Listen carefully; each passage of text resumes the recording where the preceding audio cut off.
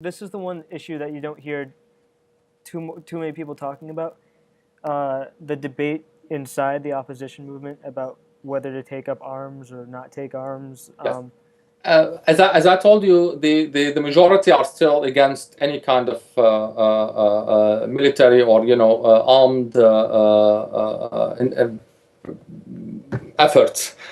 Just to put it this way, we don't want to make it into an armed revolution. There are some who are pushed in that direction and who get frustrated and who see, look, they are using weapons, they're killing people, but the logic is always, tactically, forget about the logic of nonviolence for a while, the entire philosophy. Look at it tactically. We can never have tanks or airplanes or heavy artillery, and they have all this. So the moment, all we have access to are some, Kalashnikovs and handguns and knives.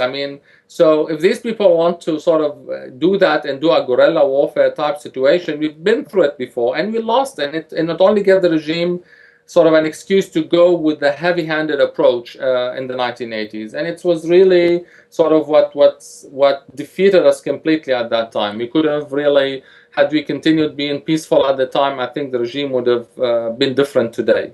So I think going that route again, just because people feel angry, is not justified at all. So we always try to absorb their anger. We talk to them, and so far, as you can see, people are committed to the nonviolence aspect of it, and there might be some individual acts there, here and there.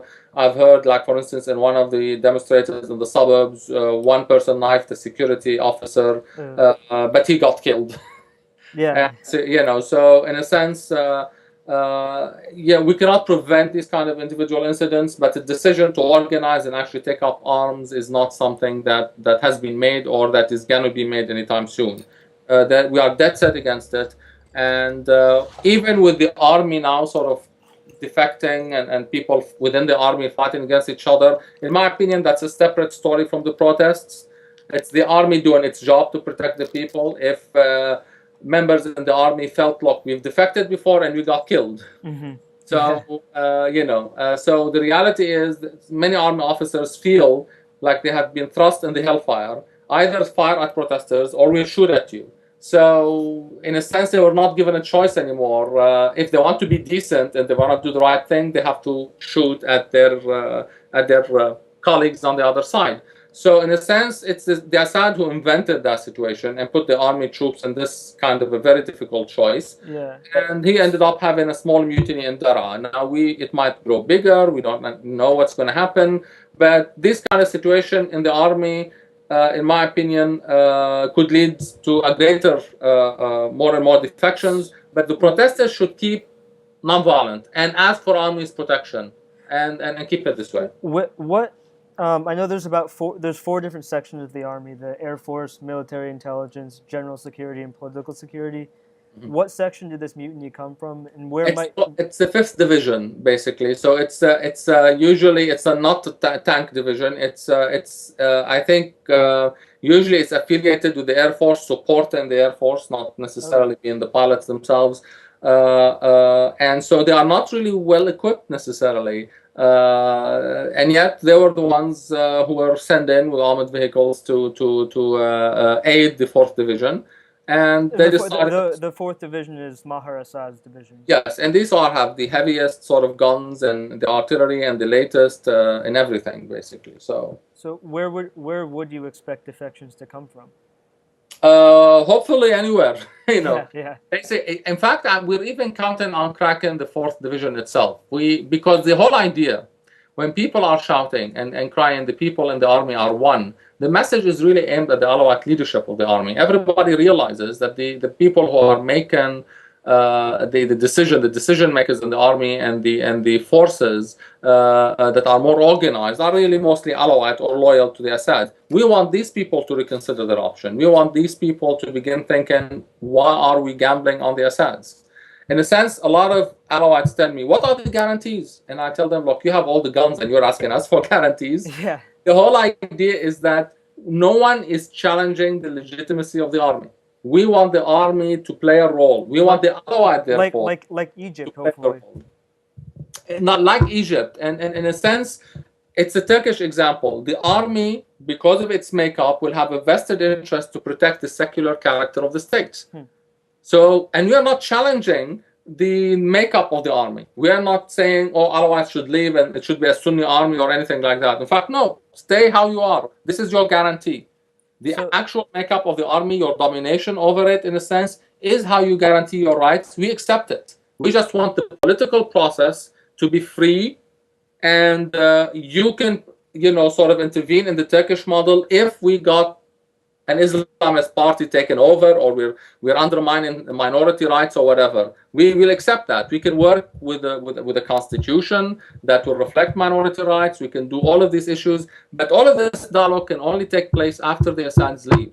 The Assads have to be pushed away from the game, because frankly, as long as they are there, all of this talk is meaningless. So we need to have a new chapter. So as this revolution enters another phase, there's a danger that if the people don't pick up arms, and the Assad still have arms, what happens? How do you break this cycle of them just cracking down on protesters? Is it going to be mass mobilization? Is it going to be defections? What do you think is the key to breaking this cycle? Basically, I think more defections right now are needed. Hopefully, we might, at one point or another, get some top generals basically ordering their own divisions to basically stand aside and make it public. Look, we are standing aside. We are not going to allow the city or that neighborhood or whatever to be attacked. That's it. Assads either enter into negotiations with the political forces, but don't rely on the army to attack the protesters, and in fact rely on the army to defend the protesters. It's similar, therefore, to the Egyptian scenario or the Tunisian scenario, whereby the army simply sends a directive to Bashar and tell them, look, you have to resolve this peacefully. We are not going to allow for people to be attacked. So are the reports confirmed that the top levels of the Assad regime ordered the lower levels to fire on each other if they aren't firing on protesters? That document that was leaked, for example? It's exactly, I mean, how can you confirm something like this? Exactly. Unless someone from the actual, let's say, security apparatuses or army come up and say, look, we are aware of the document and we leaked it, for instance, or whatever. This is the only way we can confirm it. I think right now what we really need to look at is that the strategy that's unfolding is very clear. The game itself has been played before. I mean, many people were surprised. Oh, they won't do that. But the reality is they did it. Back in the late 70s and early 80s, they actually did it. They played the sectarian card. It's not the Muslim Brotherhood that, by the way, began with the attack on the Alawite. It's they were sort of like pushed into it. They were intimidated into it, and then the regime focused on, this is the Muslim Brotherhood insurrection, but the reality is they were communists, they were socialists, they were Nasserists, they were breakaway factions from the Ba'ath Party. All of them were involved in a protest movement at the time against the regime. By focusing only on the Muslim Brotherhood and creating this media propaganda that's Islamists and us and their, takfiris, they've actually played the media game very well. Now that worked at the time because of the no free media, no satellite TV, international isolation. But it's not working now. Can I take this? Yeah. No, we can cut it. I'll let you go. You have work to do. Just go ahead. Let's do it. Yeah. No, I was just gonna say the international media game they're trying to play, is it working? The whole idea, foreigners are the ones instigating this. No one's buying that, are they? No one is buying it except probably inside the country. Inside the country, there are the pro-Assad people who want to buy anything. You can always count on them to just be yes men, either because of their fear or because of their greed. And then we have some secular sort of intellectuals and whatever who might also be influenced because they're afraid, really, of the boogeyman. We have a Christian community, some leadership might be seriously afraid. And we do have the commercial elite. Many people say the Sunni middle class. No. It's the commercial elite. The Sunni middle class, many of them are in the revolution itself. The middle class has really become so broken up in the last few years that they don't live in the usual areas anymore. Many of them moved to the suburbs. So the people who are actually rebelling in the suburbs in Douma and Mu'addamiyya are the Sunni middle class. This is what happened to them. They were pushed to the side and the periphery of the city because they couldn't anymore deal. We have the highest prices on property, and all. I think we are the 8th or 9th country in terms of how high the property prices are. But in terms of income, we have one of the lowest incomes, per capita in the world. So that kind of disparity really created a huge amount of poverty, and the only way people can afford to live in or to even rent is to actually leave the inner city itself, and go to the suburbs. So So most of the middle class is now living in suburbs. So what you're seeing in this actually inside Damascus itself is a hodgepodge of people from all over the country doing basic services. And the commercial elite is there, and the remnants basically of the middle class who still clinging on to their last apartment that they inherited from their parents or whatever. So it's the situation in Aleppo is the same. And that's why they cannot sort of be easily mobilized. Many people say, why isn't Damascus moving? Damascus is out on the street, my friend, it's the suburbs. But the people inside Damascus itself, the capital, are a hodgepodge of people, and all sort of from different places in the world and the country. They're all starting to come out. And so as you move towards another Friday, do you have any expectations, or do you have anything you want to say? Basically, the whole idea is that this is important for us to be a big Friday. It doesn't have to be the biggest, so far, but it will help, of course. But it has to be a big Friday, simply because the message needs to be sent to the Assad: we are not afraid of your violence. You want to use tanks, you want to put people in the street. You've killed 120 people last Friday, but you're coming out. And we're coming out, and we're going to be peaceful, and we're going to demand the same thing, and we're going to say the people are, want to topple the regime, and all the things that make you go crazy. Because at the end of it, when we have it was all a crisis of confidence. This is what this is all about. We don't trust the leadership completely.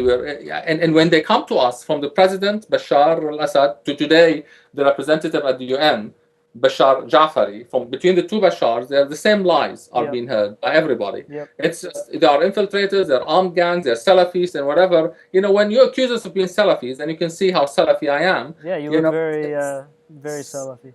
It's ridiculous. So when they lie to our face like that, and they lie with impunity to the rest of the world, they're definitely deepening this crisis of confidence, and they're making us adamant in our demands that we need an end to the regime. We cannot see a way other than the end of the regime, because they keep sending signals that we are not going to change. We are going to remain the same. Mentality is going to stay. We are the same people. We're going to keep lying. We're going to keep behaving with impunity. And so how can we have a national dialogue here? So now the goal is to get him out of there. Well, thank you so much.